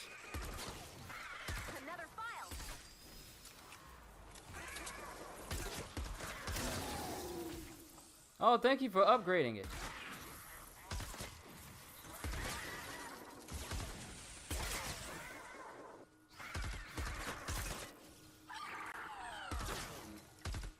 And this is the only time I ever played Fortnite on my channel. And I never played it again after that. Then another throwback session with Fallout,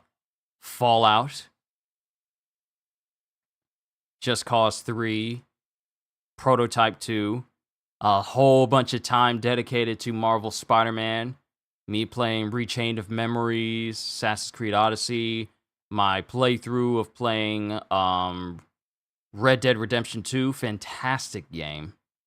All these different things. We're starting to get closer and closer to what I do currently. Me playing Skyrim in VR, which was pretty much the one reason why I got a VR in the first place, was to play Skyrim in VR, and it was incredibly fun. Darksiders 2 Throwback Definitive Edition, which is what Psycho was talking about earlier. Me playing Borderlands 2 in VR. Me playing as a werewolf in Skyrim in VR, as a vampire lord in Skyrim in VR. All these different series I've done over the years. So much time. The one time I played Hitman. That time I went on a cruise, came back, started doing more and more games. Celebrating the series that helped jumpstart Kyushu 92. Yeah, because the One Piece Pirate Warriors 3 game really did help my channel overall, so I decided to play it. I remember playing Anthem in the demo.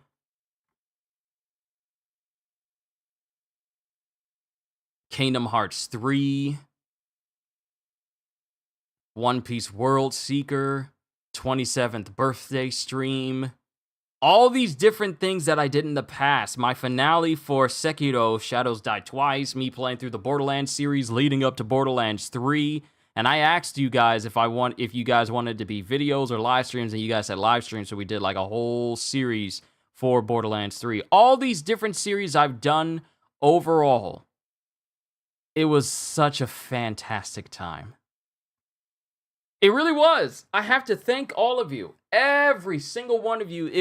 It's been amazing to do all of these things, to play these games, to read these books, to react to different chapters, to basically do everything that I do now. It is such a blessing, and I am so grateful that you've allowed me to be that entertainer that could have done this over the past decade, really. Everything I've done, Borderlands 3, One Piece, Borderlands 3 again, The Surge, Star Wars Battlefront, Instant Action. Look, man, when I tell you, look, Star Wars Battlefront, I got nothing against. I got nothing against the newer version of Star Wars Battlefront, but they're releasing the classic versions. They're releasing the classic versions of Star Wars Battlefront 1 and 2 from the PlayStation 2 days. But it's going to be on consoles now. And when I tell you, I'm going to be spending more time playing that game than I ever have playing Star Wars Battlefront 2 when that game was available initially, because that was the game. That was the Battlefront that everyone wanted the new versions of Battlefront to be. Everything that made the classic Battlefront games great, that's what they wanted the new gen versions to be. But, you know, EA wanted to be EA and made it one of the worst experiences that they had to take out all microtransactions and all microtransaction elements to it because they stunk up the place so bad. Which is why I'm so grateful that the Classic Collection is going to be coming out next week. When you think about it, it's going to be coming out the same day as the Grand Blue Fantasy Relink Lucilius update. The same day. So I will be dedicating some time to playing Grand Blue one day, and then playing the Star Wars Battlefront Classic Collection another day. I will be spending some time playing those games because that's nostalgia for me. Before I had any new gen systems, before PlayStation 3s, before any of that, Battlefront was my game I played all the time. It was my game that I played. If I watched a Star Wars movie, I would boot up Battlefront 2 and then just play as those favorite characters, use a couple of cheats to make myself invincible so I could just wipe the floor with everyone if I was playing as Vader or Palpatine or any of the Jedi characters, or if I just wanted to be like a regular soldier who's just taking down entire armies by himself, just doing that. That's what I would do, and I would do it for hours. The amount of time I dedicated to playing Battlefront 2 originally, I remember I remember walking through the PX because me and my family, I believe I want to say we were still in Germany or we were living on an on-base location. I remember walking through a PX and I saw Star Wars Battlefront 2 on like this little kiosk in the middle of the aisle. In the middle of the wider aisles where people walk down before they, divide off into like different places in order to get it. I remember seeing Star Wars Battlefront 2 sitting there, and I thought to myself, I want that game. I want to play that game. So this is also before I had a job. So the only way I could actually get the games when I was a kid, when I was much younger, was through my parents. So it took some convincing because my parents during the time, they were like, you need to focus on school and stuff like that. You don't need to go overboard with video games. My parents were very serious about me being serious about my grades being good and stuff like that. That it's not like I could have just gotten any game that I wanted because I didn't. And looking back on it now, I'm grateful that they didn't just give me everything that I wanted because that would have spoiled me. I am not spoiled at all because it's not how I was raised. But looking back on it now, Star Wars Battlefront 2 was by far one of my absolute favorite games of all time to play. So me getting the classic collection, it's counting down the days when it's available. I went ahead and bought it already because that's nostalgia from like one of the greatest years of my childhood life, playing Star Wars Battlefront 2.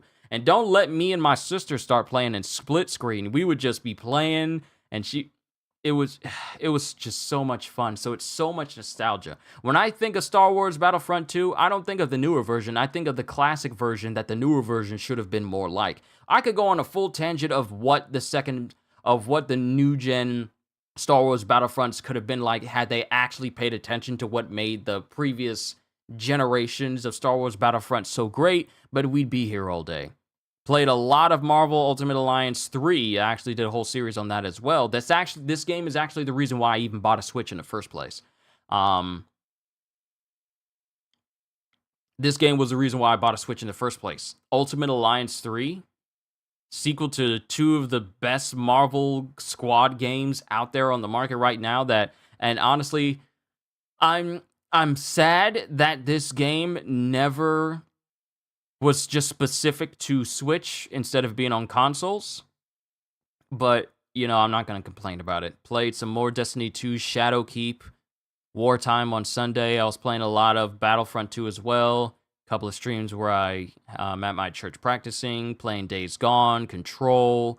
A lot of chillin' chats. A lot of me playing Outer Worlds, Neo 2 beta. A lot of Outer Worlds. Me talking about Kappa and YouTube during like 4 years ago. All these different things that I've interacted with. All these different things that I've played with. And these things I've done over the years. Breath of the Wild. All these different things. And I'm just looking back on how I started versus where I am right now.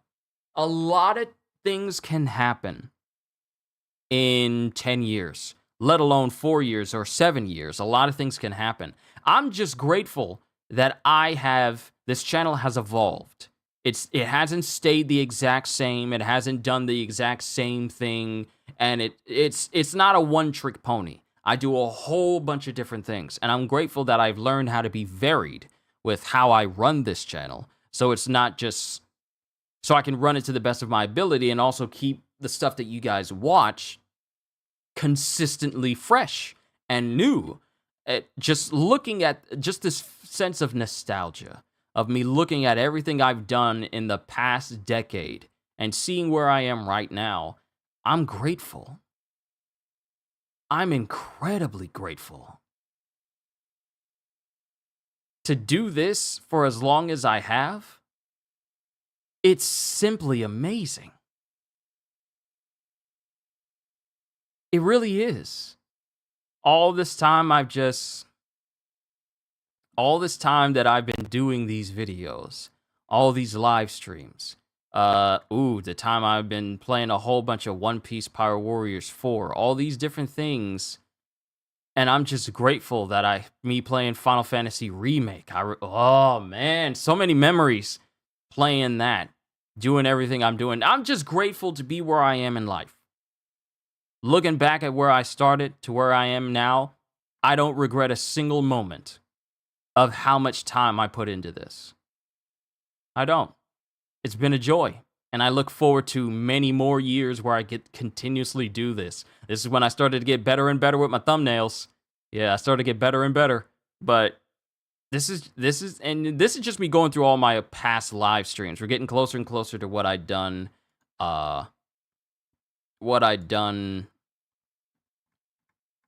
recently. But looking at all the stuff that I did, all the videos that I made, the Skyrim playthroughs I've done. I mean, it's so many videos. This actually, I think this might be my first long playthrough of a video game before Red Dead Redemption 2, because this was long.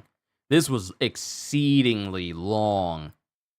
But the amount of time that I dedicated to doing all of this, I'm happy. I'm happy. I've been having so much fun. Everything that I've been doing, all the videos I've made, I'm happy. It's great. It's great! Oh, one thing I do need to note. Before I started watching you through Demon Slayer, yeah, when I started doing videos of me reading entire series, that was a great moment as well. Matter of fact, if I go to the home page and look at the most popular stuff, my Demon Slayer read-through is still my second most popular. When I first started, my very first video of it is my second most popular video I've made in the entirety of my channel, sitting at 34K views, with my most watched video being when I unlocked Thanos with the Infinity Gauntlet in Marvel's Ultimate Alliance 3, and that's sitting at 78,000 views. Then after that is my Hero read-through, and then Bayonetta 3's all Infernal Demon Rampages, that got a ton of views. And then, of course, my One Piece Pirate Warriors 3 Dreamlog video, that's up there in that list as well. A lot of these videos I made, most of them are linked to, three of them are linked to people enjoying my read-throughs for a lot of my series. And still, My Hero, a lot of these videos are me reading manga, because people like it. I guess people have liked it when I've been reading series. My Tanjiro voice was spot on. Thank you, Ginger. But seeing all these different playlists and all these different videos I've done, I am grateful that people enjoy them. I'm not bothered by well, it's cool that thousands upon thousands of people have enjoyed my videos. And some of my most popular ones just happen to be videos where I am reading series and doing voice acting and stuff like that. I'm just grateful that people are enjoying them, period. When I see people say that they like something that I've done, even if it's an old video I've done many years ago, I'm just glad my video was able to entertain them, period.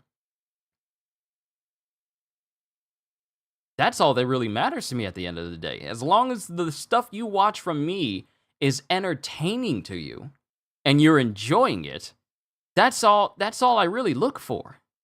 But I'm just grateful that my videos have done well, my playlists have done well, my live streams have done well. I'm grateful to where everything is. I'm grateful to what everything looks like right now, and I'm looking forward to doing even more for all of you. But I think this is a good place to stop. I've gone on long enough. I wanted to show you guys just where I am. Well, not where I am, but where I've been, how I started out with my entire channel. And I think I've covered everything that I really wanted to cover. So let me go ahead and do this. How did I have this? There we go. I just wanted to show you guys where I started and just have I've seen YouTubers in the past where they have a live stream where they're doing video, where they actually have videos where they're reacting to old videos they did in their past, and someone was all like, I was super cringy back then. And for me, it's like, wow, it really has been a long time since I've been doing this sort of thing. So I just want to say thank you for taking this trip down memory lane with me as we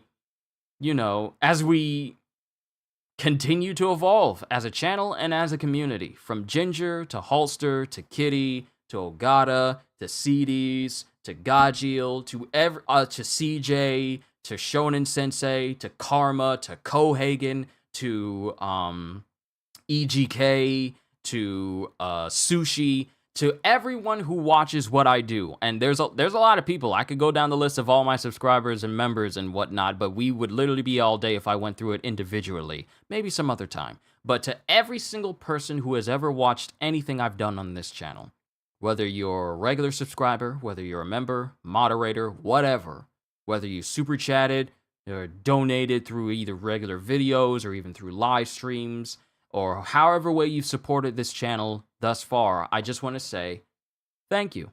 And I look forward to bringing you even more. I'm going to keep doing this until the wheels fall off. And I'm just so happy that I get to wake up and do this for you guys consistently. It is an honor to be here and entertain you. It's not like you guys here and you should be privileged, you should be honored that I'm taking the time to entertain you. No, me as the person who's dedicating this time to this should feel honored that you guys are even watching me. That's the mentality that all YouTubers should really have at the end of the day, because without you, our faithful viewers, our channels would go nowhere. We are not so good where we don't need you. We are not so perfect in what we do that we don't need you at all to watch any of our stuff. No, we as YouTubers owe you everything. For every time you donate to us, to every like you give us, to every comment, every subscription, we owe you guys so much. So I am honored to do this. I love it anyway, but I'm just honored to do it for people who love me to do it at all. I'm just grateful. So thank you. But I'm done for today, ladies and gentlemen. Thank you for taking this nostalgia trip with me. Tomorrow is the New Game Plus update for Marvel's Spider-Man 2. So I'm definitely going to be exploring everything that they're bringing with that update. So we're definitely going to be checking that out. But I'm done for today. To everyone here, hope you all enjoyed. Can't wait to see you all in my next video. Like, comment, even subscribe, because I am always looking forward to entertaining you. So have a fantastic day. And once again, as always, later, peoples.